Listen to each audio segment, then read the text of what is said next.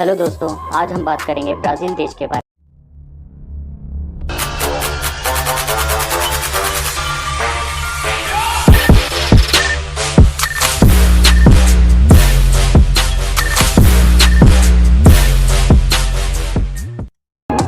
दोस्तों, ब्राज़ील देश दक्षिण अमेरिका का सबसे बड़ा देश है और दुनिया का 5वां सबसे बड़ा देश है।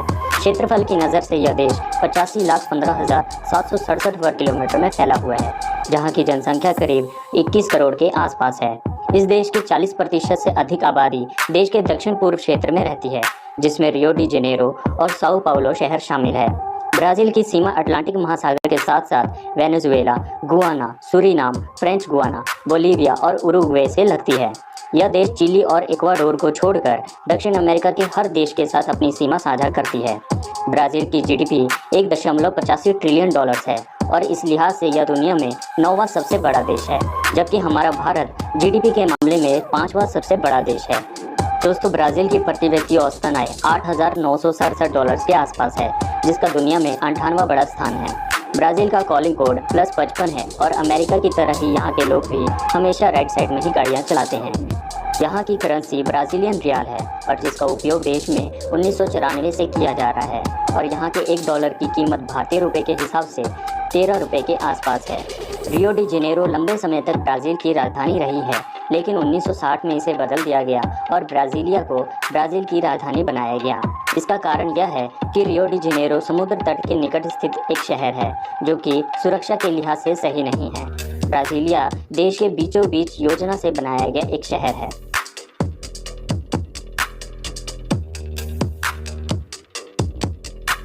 1822 को आज़ादी मिली और 1825 में इसका पहला संविधान बना।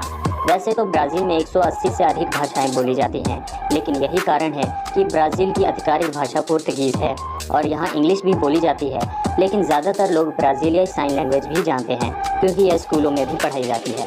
इस देश का कोई आधिकारिक धर्म नहीं है, लेकिन अधिकांश लोग रोमन कैथोलिक धर्म का ही पालन करते हैं। ब्राज़ील की अर्थव्यवस्था का एक मुख्य कारण कमर्शियल जेट्स का निर्माण है। ब्राज़ील दुनिया का 6वां सबसे बड़ा कमर्शियल जेट्स का निर्माता है। इसी के साथ यह देश कच्चा लोहा, सोयाबीन, रॉ शुगर, कॉफ़ी और पेट्रोलियम जैसे उत्पादनों को दुनिया भर में निर्यात करता है। और आपकी जानकारी के लिए बता दें कि कॉफ़ी के उत्पादन में ब्राज़ील करीब 150 वर्षों से दुनिया का नंबर 1 देश रहा है। दोस्तों, एयरपोर्ट्स के मामले में ब्राज़ील देश अमेरिका के बाद दुनिया का दूसरा सबसे बड़ा देश है, जहां पब्लिक और प्राइवेट हवाई अड्डों को मिला करके लगभग 2700 के आसपास एयरपोर्ट्स हैं। दोस्तों, यह देश कृषि, इंडस्ट्रियल मशीनें, electric equipments, mineral fuels and oil और गाड़ियों की भारी मात्रा में आयात करता है। IMF की एक रिपोर्ट के अनुसार अगले कुछ दशकों तक अगर इस देश की अभी की दर से वृद्धि होती रही तो आने वाले टाइम में ब्राज़ील दुनिया का 5वां सबसे बड़ा अर्थव्यवस्थाओं में से एक होगा। दोस्तों, दुनिया के सबसे बड़े फॉरेस्ट अमेज़न का 64% हिस्सा ब्राज़ील देश में फैला हुआ है। और दोस्तों, विश्व की दूसरी सबसे बड़ी नदी, जिसे हम अमेज़न नदी के नाम से जानते हैं, यह ब्राज़ील के एक बहुत बड़े हिस्से से होकर बहती है और अटलांटिक ओशियन में जाकर समा जाती है। दोस्तों, जिस तरह हम भारतीय लोग क्रिकेट के दीवाने होते हैं, ठीक उसी तरह ब्राज़ील के लोग भी फुटबॉल को दिलो जान से पसंद करते हैं। और आपको जानकर यह बिल्कुल हैरानी होगी कि ब्राज़ील ने 5 बार फीफा वर्ल्ड कप का खिताब अपने नाम किया है, जो अपने आप में ही एक रिकॉर्ड है। फुटबॉल के अलावा कई ब्राज़ीलियाई कैपोएरा कला में माहिर होते हैं। कैपोएरा मार्शल आर्ट्स का एक रूप है जो अफ्रीकी संस्कृति से उत्पन्न हुआ था। यह एक कलात्मक खेल है जो नृत्य से मिलता जुलता है और कई ब्राज़ीलियाई लोगों का मनपसंदीदा कला भी है। दोस्तों, ब्राज़ील देश के क्षेत्र में एक टापू आता है जिसका नाम इल्हा डा क्यूमाडा है। इसे स्नेक आइलैंड के नाम से भी जाना जाता है क्योंकि इस टापू के हर वर्ग मीटर में कम से कम 5 सांप पाए जाते हैं, जो बहुत ही जहरीले होते हैं। करीब 4,30,000 वर्ग किलोमीटर के क्षेत्रफल में फैले इस टापू में अलग अलग प्रजाति के 20 लाख से ज़्यादा सांप पाए जाते हैं।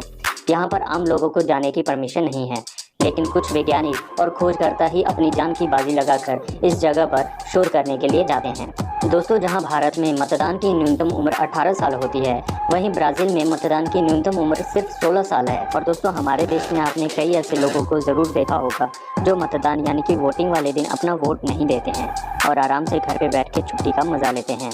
लेकिन आपकी जानकारी के लिए बता दूं कि ब्राज़ील में तो आराम हराम है, मतलब कि ब्राज़ील में मतदान देना अनिवार्य है।